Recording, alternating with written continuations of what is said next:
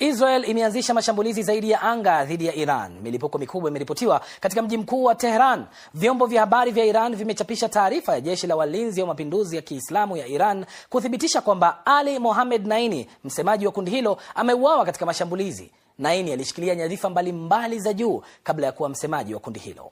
Israel inasema pia imemuua mkuu wa kijasusi wa wanamgambo wa Basij wa Iran ambao ni sehemu ya kikosi chenye nguvu cha IRGC. Maafisa wa Israel wanasema Ismail Ahmadi alifariki katika shambulizi la angani siku ya Jumatatu ambalo pia lilimuua kamanda wa kikosi hicho Golamreza Soleimani.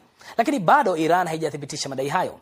Hizi hapa ni picha za kundi la waokoaji likitafuta baadhi ya watu baada ya shambulio la angani mjini Tehran usiku kucha.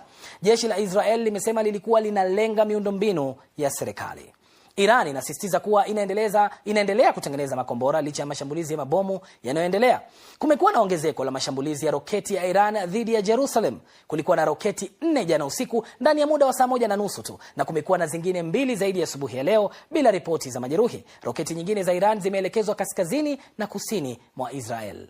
Gazeti la Kan News la Israel linaripoti kwamba tangu vita kuanza, Iran imerusha takriban makombora 900 ya kibalistiki, 350 yakilenga Israel na karibu mengine yote katika mataifa ya Ghuba ya Kiarabu.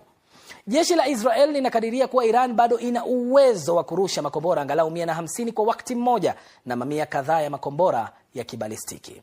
Sasa wakati haya yakiendelea, bei ya mafuta imepanda kwa kasi tangu Iran ilipoanza kujibu mashambulizi ya Israel na Marekani kwa kujaribu kufunga njia bahari ya Hormuz yenye shughuli nyingi zaidi ya usafirishaji wa mafuta duniani.